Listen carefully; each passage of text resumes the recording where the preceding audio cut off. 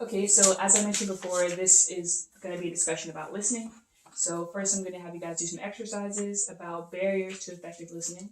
It's going to introduce the barriers to you guys, show you guys some examples of them, and then towards the middle of the speech, towards the middle of the discussion, I'm going to explain the barriers I'm talking about, give some descriptions of them, some concrete examples, and then I'm going to have you guys talk amongst yourselves and talk to me about some experiences you've had with those barriers. Times where either you were doing that barrier to someone else or someone was doing that barrier to you, how it made you feel, what was the outcome of it, how did it affect the relationship you had with that person, and of course, it has to be within your family. And then I'm going to end with giving you guys some tips to improve your listening habits so that you can have some good listening techniques. So to begin, I'm going to have you guys do an exercise. You're going to do a scenario. Okay? So you're just going to read what's on the card. Don't let anyone see what's on your card. And then you're going to act out the scenario. And you can start. I had a pretty nice day at work today. We wound up, the kids actually did great on the bar graph.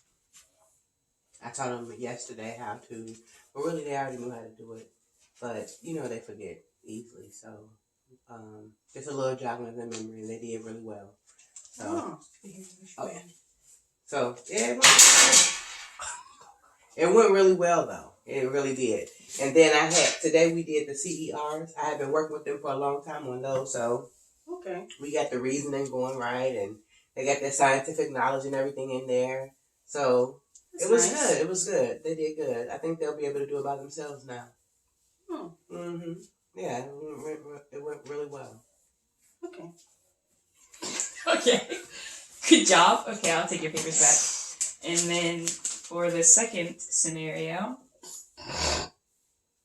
here you go. And then here you go.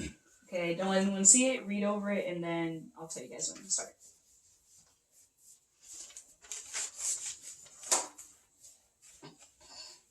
And you can start. So, I recently got admitted to college. Did you? I went to TSU. Okay. And, yeah, that was pretty good. I think actually, I know it's a good accomplishment. What school was it? UNIF. That is really good. I know some people that go there. I heard it was a really good school, too. Yeah. Mm-hmm. That's nice, though. Thank I'm you. sorry. Go ahead. I keep interrupting you. Sorry. No, that's pretty much Okay. it. Scene. Good job. Okay. Okay, so I'm not sure if you guys could really tell, but for the scene between Jocelyn and Jaylah, Jaylah was supposed to be doing the behavior that's called pseudo-listening. And so pseudo-listening is when you are in a conversation with someone and you're speaking to them and you're kind of listening but not really. So you're giving affirmations or acknowledgement every so often. Okay, oh wow, that's great, that's nice, okay, but you're not really retaining any of the information. And so a lot of times we do this even outside of our familiar relationships. We do this a lot if we're experiencing repeated information or if we're having a conversation that we're not really interested in. So that was the poor listening habit that was going on in the first scenario. And then the second scenario, Jocelyn kind of gave it away a little bit, but she was supposed to be interrupting you. So every couple of seconds before you could finish a complete thought, she would say something instead. And so this is a little different than the first poor listening habit, because in this case you actually are listening, but you're not allowing the other person enough time to speak and enough time to finish their thoughts so that you can respond at the correct time. And so both of these are poor listening habits, and they can have really bad effect. If they're continued, they can have a really bad effect on your relationship, especially within your family. Yes. So I was going to ask you guys, you can go in whatever order you want, in order, you can go out of order, to think about sometimes, I'll give you a couple seconds to think about some situations where either you experienced someone pseudo-listening to you, or someone interrupting you while you were talking in the context of a family. or where you did that to someone else, where you were pseudo listening to them and you weren't really retaining what they were saying, or when you were in a conversation with them and you were interrupting them when they spoke. So if you guys want a couple seconds to think about that, and then we can kind of discuss it. We can talk about how it made you feel, what the outcome was, what was common to each of our experiences, and so yeah. All right. Do you guys have your scenarios? Okay, you can go first, Jocelyn. The scenario is actually it's me doing the interrupting. Okay. I know that as you were explaining the two types of non-listening techniques, I guess, I thought about myself because I know when my children tend to they try to defend themselves and I interrupt, getting my point across instead of maybe listening to theirs. So I do that. Yeah. Okay, and as the children, how does that, if you guys can recall a time where Jocelyn did that to you guys, how did it make you feel like? Well, it made me feel as though what I was saying was not as important, or it made me feel as though she wasn't really listening. She just wanted to get her point across. Okay, and what about you, Eric?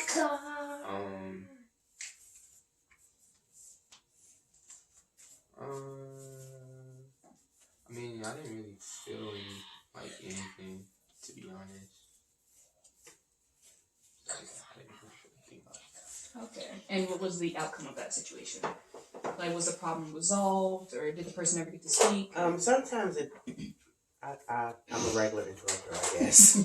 so sometimes the problem gets solved and sometimes it doesn't. So Okay. It's not just one scenario, but yeah, sometimes it does get solved, but sometimes we do come to a happy medium per se. You know what I'm saying? Or sometimes not. But you do agree that. But you do agree that sometimes your poor listening habit. Don't touch it! Don't touch it! Don't touch it! Your poor listening habit can have a adverse effect on your relationship with other people. Yeah. Like a temporary adverse effect. Yeah.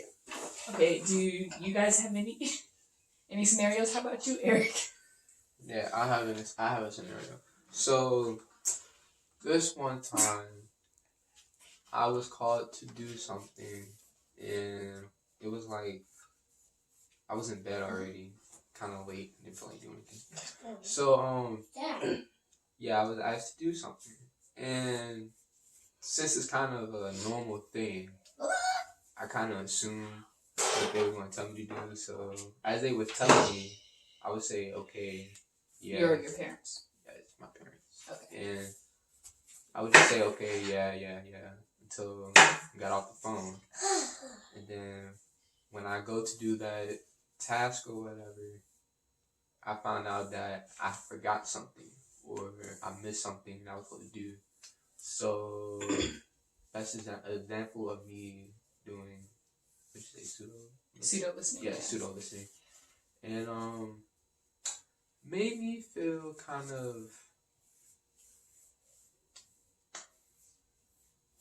I guess careless to what the other person was saying. So, okay. And so have you guys ever experienced that when you might have asked Eric to do something for you and then he had forgotten, possibly because he wasn't completely listening? I mean, I think about scenarios like that, but I actually never thought it was because he was pseudo listening. I always thought it was because he was doing something else, like playing a game or on the phone or something like that. So I thought that would have his attention instead of. Oh, so like possible distractions, something like that. And what about you, Kayla? No, you haven't? Okay. Well, what was the outcome of the situation when you forgot? Like, did you have to go back and ask again? What did you have to do? Well, before, if I am asked to do something and I don't remember, I would go back and ask again. But if I forgot and I'm told that I forgot, I will have to go back and do it again, or go do that certain thing I didn't do correctly. So yeah. And did it ever? I mean, not any lasting effects, but like temporarily, do you think your parents were upset with you because you did? Yes. Yeah. So it kind of strained relationship a little bit. Okay. And so you see that some poor listening habits can have some adverse side effects. Yeah. And what about you, Kayla? What's your situation?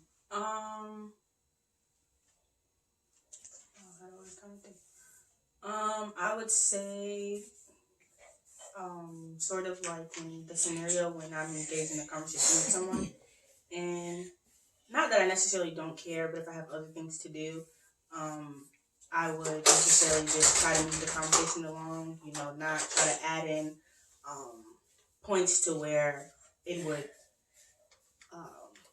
cause a conversation to be stretched out more than what I would like it to be. So I would just say, okay, glad you had a great day, and try to sort of like end the conversation in a way. But just don't look to your left. But yeah, it happens really with everyone in my family. Okay. I love that you're so candid. Okay. Okay, and so I guess you didn't know prior to this. No. But now that you do know, right? How does that make you guys feel like? Well, it doesn't make. I mean, it's surprising that people say that, but if you look at the reality, what I'm saying, reality of this situation, everybody does things like that all the time. Not just at home, but at work. You know what I'm saying? With in the stores, whatever. People that you're having a conversation with, people who strike up a conversation with you. That happens to me all the time. People strike up a conversation with me and not really listening sometimes, you know what I'm saying? But I'm not going to just straight cut them off. Right, just trying to get them to finish as soon as possible. And then that's it, So it happens. It happens. It doesn't make me feel any way about it. Especially because I do it too, so. Okay, and what about you there? Honestly, not for anything. I mean, I wasn't aware that I do that, so. Okay. So what is the outcome of your situation? Does your I guess it would most closely fall under pseudo listening. Yes. So does that usually hurry the conversation along, or do you have to use other tactics? I feel like it's half and half. Sometimes it does hurry the conversation along, and other times I'm stuck in the conversation. Okay. Great. And so you recognize that poor listening. Yeah, sometimes poor listening skills can have some adverse effects, even if the people aren't aware of them, even for you, because you weren't fully participating in the conversation. Right, okay. So I'm glad you guys discussed some of your poor listening habits with me. As I said, to end, I'd like to tell you guys about some effective listening habits that you can do to improve your current listening habits. And if you need, you can share them with other people so that if you had a situation where someone was doing the poor habit to you, then they can work on improving that as well in future conversations with you. So the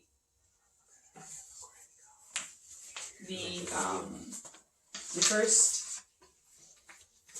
listening technique, they're divided into stages. So we listen different ways. We receive the information, we interpret and process the information that we hear, and then we recall it from our memories. We evaluate it, and then we respond accordingly.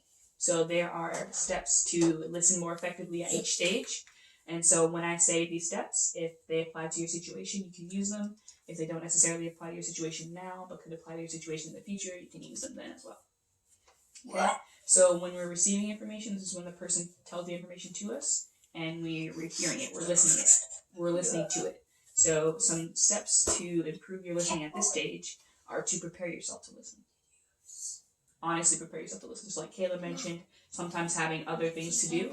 So maybe tell the person that you're not fully prepared or ready to listen to them because you have other duties, other distractions. And so once you're able to fully focus on the person and prepare yourself to listen, then you'll be a much better listener. So things like that.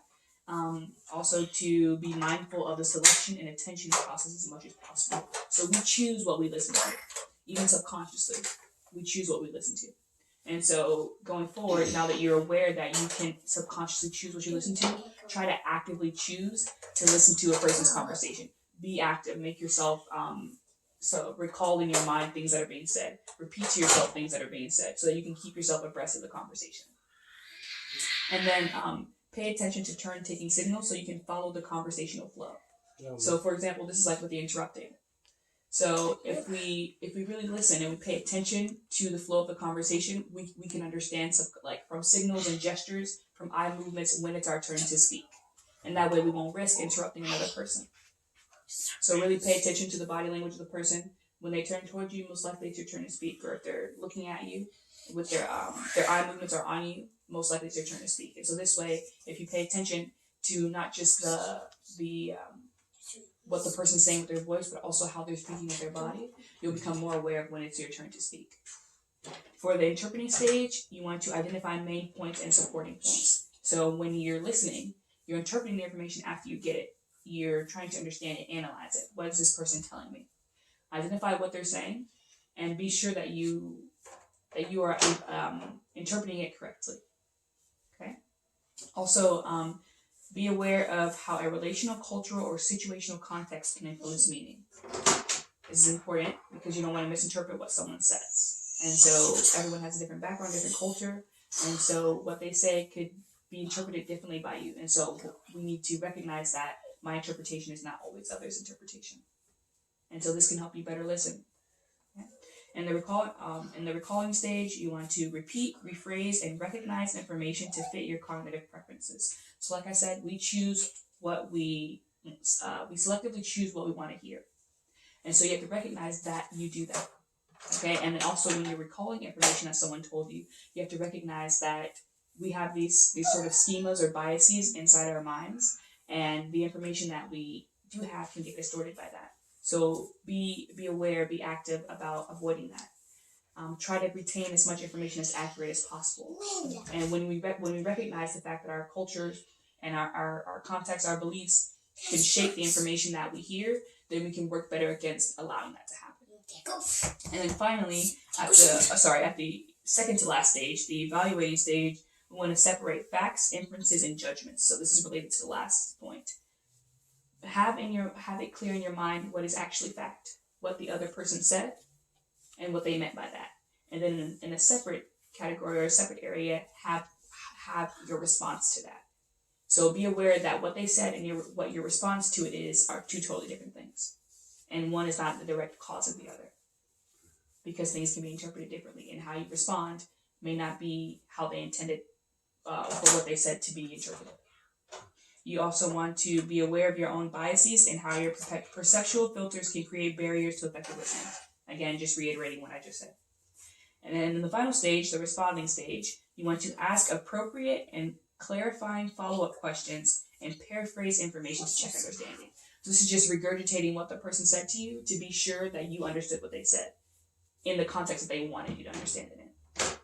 And then finally, you want to give feedback that is relevant to the speaker's purpose / motivation for speaking. This lets the person you're talking to know that you were listening, that you received what they said, interpreted it, analyzed it correctly, recalled it, and gave it back to them, and that you understand completely what's being said. That there's no misinterpretation, no misinformation, no miscommunication. Okay? Right. So if you guys can engage in these effective listening behaviors, you should be able to improve your listening skills and hopefully engage in some better listening habits.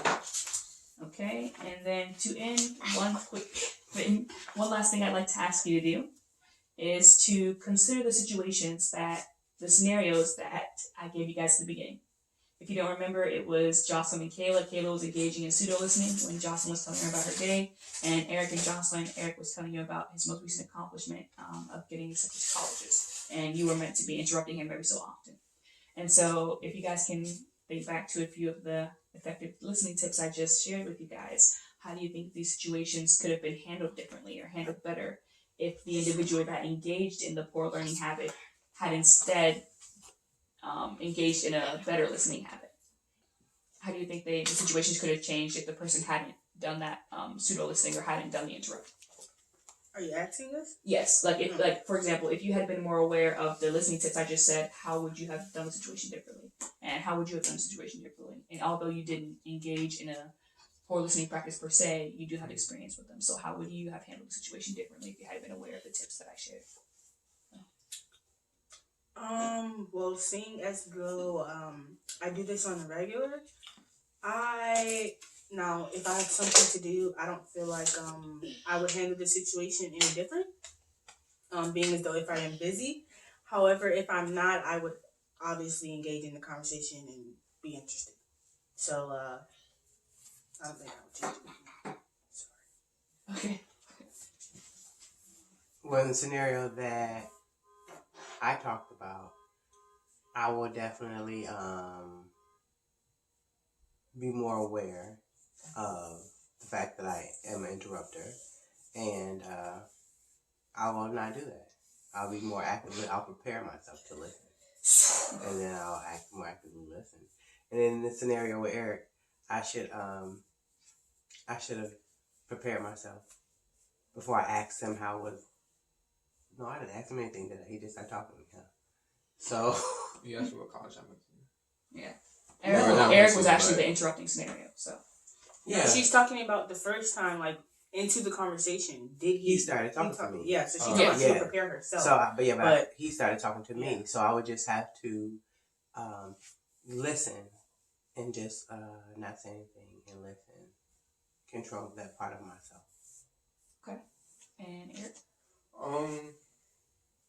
I'll probably keep it short and simple to the point, so that way if anybody do have any questions or want to say anything, I can get what I have to say out before being entirely interrupted. So Okay, and one final question: Do you guys think that you'll engage in these effective listening behaviors that I shared?